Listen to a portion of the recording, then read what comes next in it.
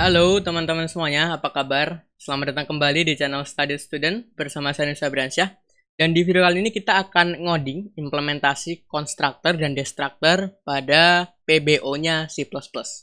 Gitu ya. Jadi harapannya teman-teman silahkan tonton dulu aja mengenai konsep constructor dan destructor.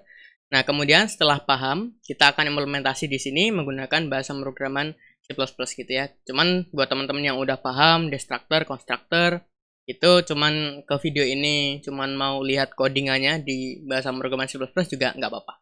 Yang penting udah paham konsepnya dan udah ready untuk implementasi. Begitu ya. Kita langsung aja ke text editornya teman-teman. Oke, jadi ini adalah hasil kita di video sebelumnya. Kita sudah membahas mengenai properti dan method gitu ya. Kita sekarang masuk di constructor dan destructor method. Oke, jadi kalau kita lihat di konsep gitu ya, biasanya constructor itu kan digunakan untuk inisialisasi sekaligus mengisi properti pada sebuah kelas atau objek begitu. Gitu ya. Nah, karena di sini kita kan masih manual gitu ya, satu-satu instansiasi itu kemudian isinya satu-satu, ngisi propertinya. Nah, ini bisa kita simpelkan atau kita bisa permudah dengan menggunakan constructor.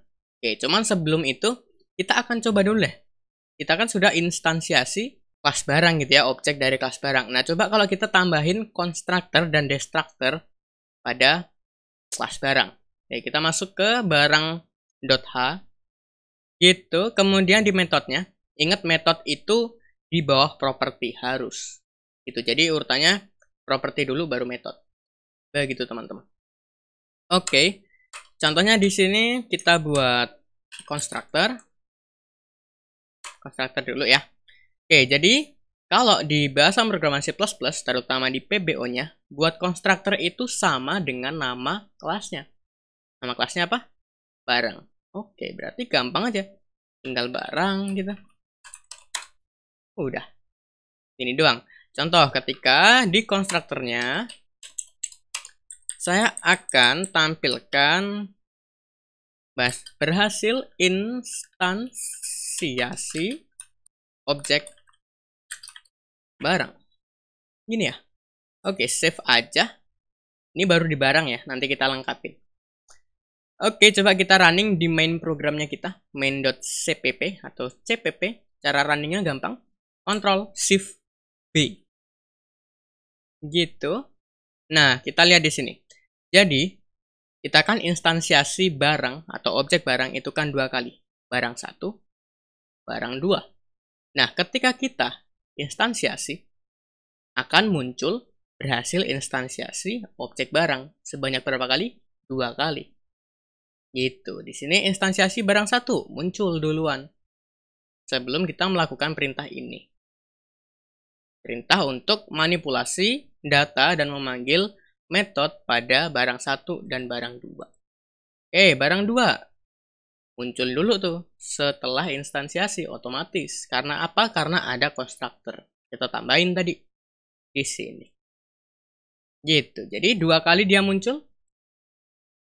Gitu ya. Setelah instansiasi. Nah, kemudian destructor. Destructor itu cara buatnya destructor. Sama namanya kayak nama kelasnya. Cuman bedanya dia ada apa ya namanya? Saya kalau nyebutnya tanda cacing gitu di sebelah kiri angka 1. Itu. Jadi ini simbolnya ya. Nggak tahu saya itu nama simbolnya apa. Oke, langsung nama kelasnya apa? Barang. Gini. Oke, misalnya gini deh. Kita akan tampilkan sudah selesai menggunakan objek barang gitu misalnya. Coba running lagi di main program kita, Ctrl+Shift+B. Tuh, muncul di sini sudah selesai menggunakan objek barang. Nah, sekarang kita akan tampilkan di ujung ya, di sini misalnya. Ini debugging aja sebenarnya. Ini teman-teman boleh nyoba, boleh perhatiin aja nggak apa-apa. Karena nanti implementasi untuk aslinya atau kita akan mengisi properti dari sebuah objek menggunakan konstruktor biar lebih mudah itu nanti. Kita masih debugging apa sih konstruktor gitu. Gimana mekanisme dan cara kerjanya gitu ya. Mekanisme dan cara kerja di bahasa pemrograman C++ gitu. Kita masih debugging di situ. Oke, misalnya di sini program selesai gitu deh. Oke, Ctrl Shift B lagi. Tuh, ternyata yang tampil program selesai dulu. Ini ya. Baru destruktor dari kelas barang. Nah, ini yang jadi pertanyaan. Ternyata setelah kita selesai menginstansiasi objek dan memanipulasinya atau memanggil metode dan ngisi propertinya, intinya kita sudah melakukan banyak hal di objek tersebut. Ketika objek tersebut sudah tidak digunakan, dia tidak otomatis menjalankan destruktornya. Tapi ternyata destruktor itu dilakukan sebelum programnya selesai. Jadi bisa dibayangkan gini, ketika dia running dari sini, oke, instansiasi barang 1. Oke, si memori nangkep objek barang 1. Objek barang 2, nangkep lagi tuh memori 2. Nah, ternyata sesudah kita manipulasi atau menggunakan objek barang, dia nggak langsung terhapus dari memori si objek tersebut. Masih disimpan. Nah, akan terhapusnya ketika programnya sudah selesai. Jadi numpuk, hapus semua gitu. Bukan objek 1 misalnya. Objek 1 ke memori, kemudian objek 1 udah nggak digunain, hapus. Nggak gitu. Ya, nggak gitu. Tapi semua program dijalankan dulu. Oke, ngumpul. Baru ketika program sudah selesai, hapus semuanya. Gitu. Ini nambah 1, hapus semuanya ketika program sudah selesai. Ya, bukan satu udah selesai, buang. Enggak. Gitu ternyata mekanismenya atau cara kerjanya. Nah, sekarang kita akan implementasi konstruktor yang sesungguhnya. Ini kayaknya destruktor nggak usah lah ya. Kita komentarin aja. Yang penting teman-teman udah tahu gimana cara ngebuat destruktor pada bahasa pemrograman C++. Oke, jadi kita akan menggunakan konstruktor barang untuk mengisi properti atau data dari sebuah kelas atau objek. Oke, gampang ya caranya, tinggal kita pakai parameter di fungsi atau metode konstruktornya. Kemudian kita taruhlah si argumen di saat kita instansiasi objek tersebut gitu. Nah, cuman muncul pertanyaan gini, selain dengan konstruktor, bisa nggak kita ngasih nilai di objek kita? Jawabannya adalah bisa. Gimana caranya? Gini, sebelum kita ke konstruktor. Jadi kita masih bertanya-tanya dulu, masih debugging dulu, masih nyobain gitu, tanpa konstruktor dulu. Nanti ketika udah sampai ke konstruktor, oh ternyata lebih mudah ya gitu. Mudah-mudahan sih gitu. Oke, misalnya barang, kita instansiasi objek, misalnya barang 1, 3. Oke, barang 3 gini, sorry. Kemudian kita akan tampilkan misalnya barang 3 titik nama barang, harga barang, kemudian stok barang misalnya. Nah, ini ada isinya nggak? Coba running. Ternyata ada. Nama barangnya masih 0, kosong. Harga barangnya, nah ini ngawur nih, 64. Oke, stok barangnya 0. Padahal keduanya tipe datanya integer. Tapi kok beda nilai default? Nah, itu bisa kita isi di nilai default propertinya. Jadi bisa gini, misalnya nama barang, misalnya nilai defaultnya tidak ada nama, misalnya. Ini nilai defaultnya adalah, apa ya, 0 gitu. Harga barangnya 0. Stok barangnya 0 juga misalnya. Nah, ini kalau kita running, tuh, jadi otomatis terisi nama barangnya tidak ada nama, harga barangnya 0, stoknya 0. Gitu. Jadi kita bisa ngasih nilai default di properti kita. Itu teman-teman. Nah, ini kalau kita mau change gitu ya. Misalnya barang 3, harga, nama dulu. Misalnya adalah pasta gigi. Gini, Kemudian barang 3, harga barangnya misalnya 12.000. Kemudian stoknya misalnya 73 deh. Gini. Kemudian barang 3 cetak info barang misalnya. Kan kita punya metode cetak info barang gitu. Oke, running. Tuh, ternyata bisa kita ubah. Tapi awalnya dia punya nilai default di propertinya. Gitu. Oke, sekarang kita ke constructor. Gimana kita terbantu dengan constructor? Oke, teman-teman. Jadi kita, ketutup ya. Kita ke constructor sekarang. Di sini. Jadi gampang aja teman-teman. Misalnya di sini kita menampung parameter. Yang pertama ibaratnya string. Misalnya input nama gitu ya. Kemudian yang kedua apa tuh? Harga barang, berarti itu ibaratnya integer. Misalnya input harga. Yang ketiga integer juga, input stok. Ini. Oke, kemudian gampang aja misalnya nama barang kita isi input nama. Kemudian harga barang kita isi input harga misalnya.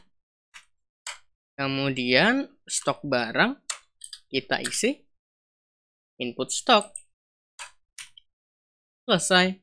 Ini nama barang, properti nama barang kita isi input nama dari parameter dan harga barang, stok barang juga. Begitu. Jadi kalau kita jalanin sekarang barang 3, kita ke barang 3 aja. Atau kita revisi yang di atasnya, barang 1 dan 2 aja. Oke, jadi kita nggak perlu lagi ini. Kita juga nggak perlu ini. Kita langsung tambahin aja argumen gitu ya. Argumen yang pertama tipenya string. Dimasukin ke input nama. Jadi misalnya, apa nih tadi? Sampo ya?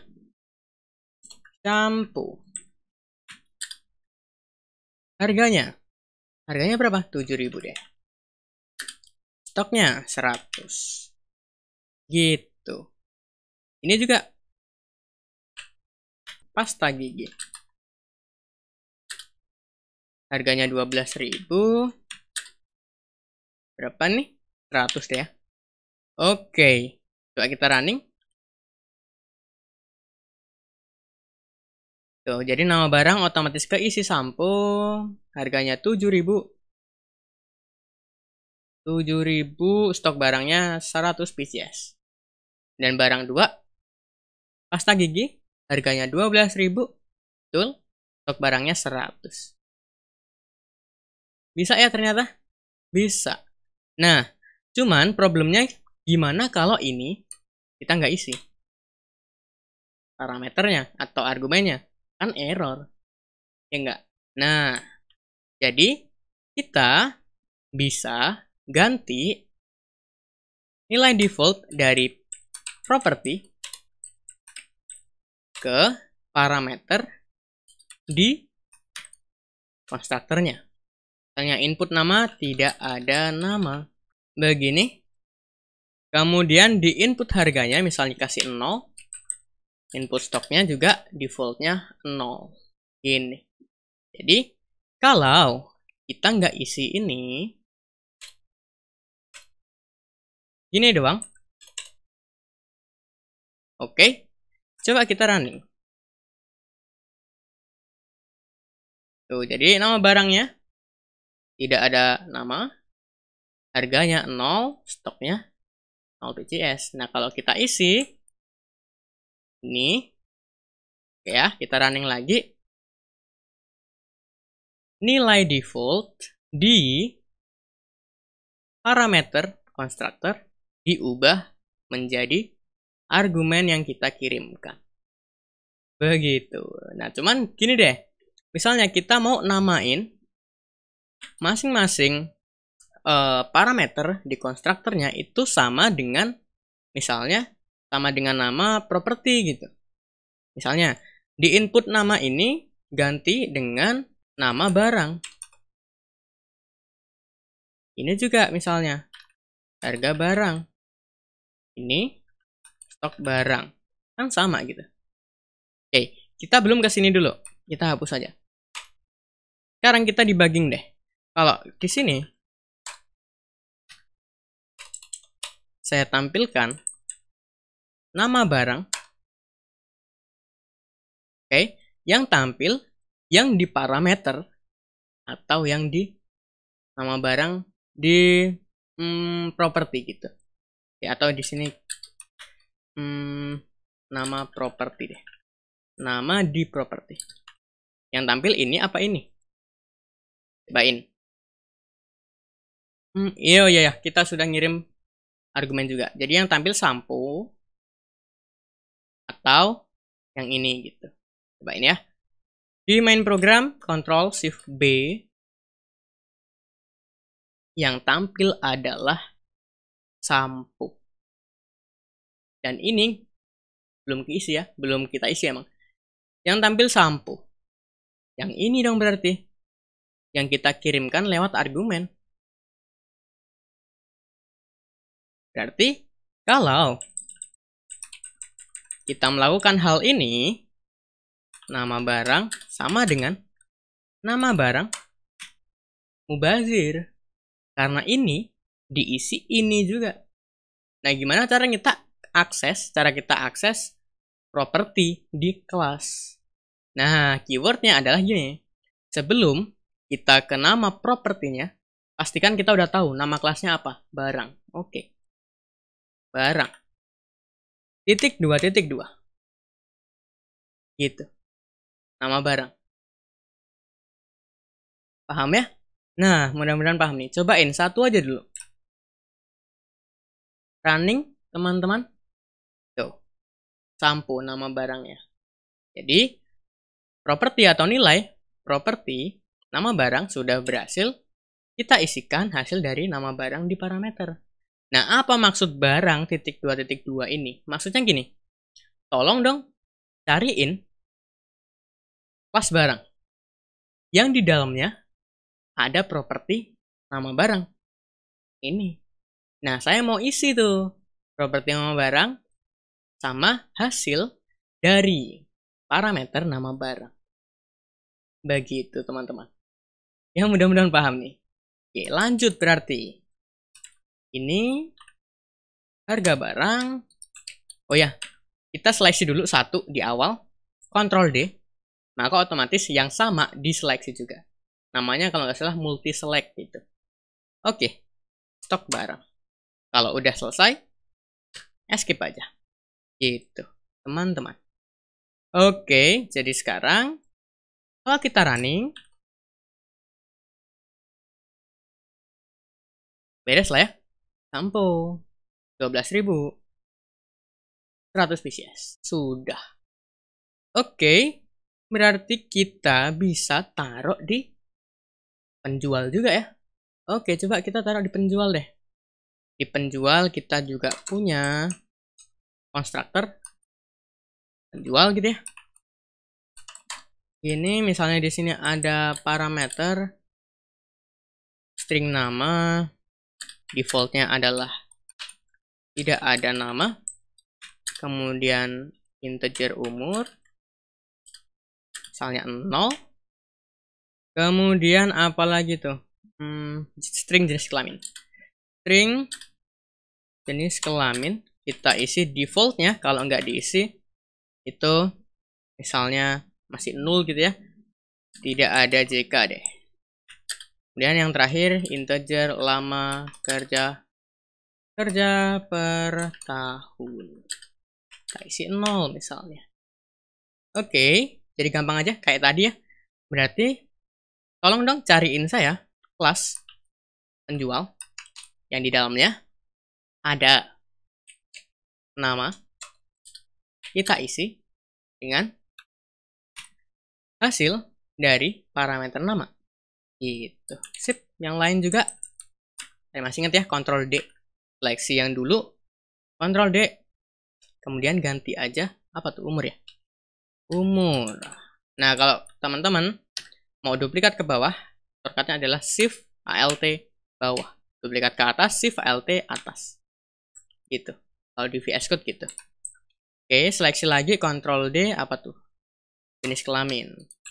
Alt Shift bawah. Apalagi? Lama kerja per tahun. Gini. Udah. Berarti ini kita tinggal ganti aja penjual satunya.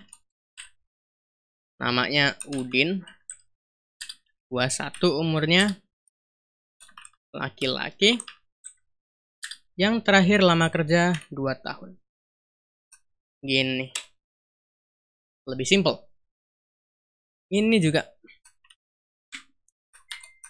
Titik. Berapa tuh? 19. Perempuan. Terus. Oh iya, pembeli belum ya? Pembeli dong. Kita lengkapin sekalian. Apa tuh nama kelasnya? Pembeli. Ini parameternya string nama, defaultnya adalah tidak ada nama. Terus integer umur, defaultnya 0. Terus apa lagi? String jenis kelamin, defaultnya tidak ada JK. Apalagi? String nomor telepon, defaultnya adalah 08XX gitu ya. Alamat. String alamat.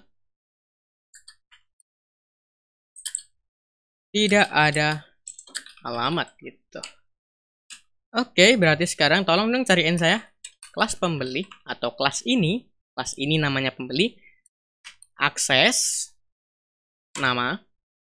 Ya, ini bisa akses metode ataupun akses properti ya teman-teman ya. Gini. Kita mau akses kebetulan propertinya. Nama propertinya adalah nama. Kita isi dengan nama. Ini Shift Alt bawah ya.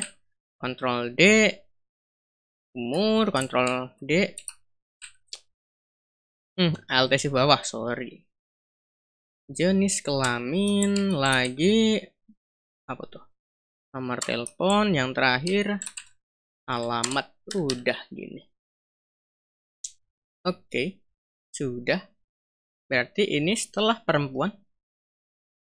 Copy ini aja lah.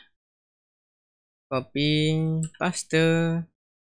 Alamatnya Jakarta. Begini, ini hapus aja. Simple ya ternyata. Tuh, codingan kita jadi 24 baris tuh. Gitu, dengan konstruktor enak banget. Kita bisa isi lewat argumen, kita kirimin ke konstruktor, konstruktor isi data properti. Begitu. Oke, running, Ctrl Shift B. Tuh, sama aja. Ini, hapus aja lah. Running lagi. Tuh, nama barang, sampo, harga barang 7.000. Yang barang beres, penjual juga beres. Gitu ya. Yang pembeli pun sepertinya beres. Yap, sudah. Oke, jadi itu aja teman-teman, kita sudah belajar konstruktor atau ngoding konstruktor di bahasa pemrograman C++, terutama pada penerapan pemrograman berorientasi objek gitu. Oke, jadi saya rasa itu aja teman-teman untuk video kali ini. Mudah-mudahan videonya membantu, mudah-mudahan teman-teman juga paham.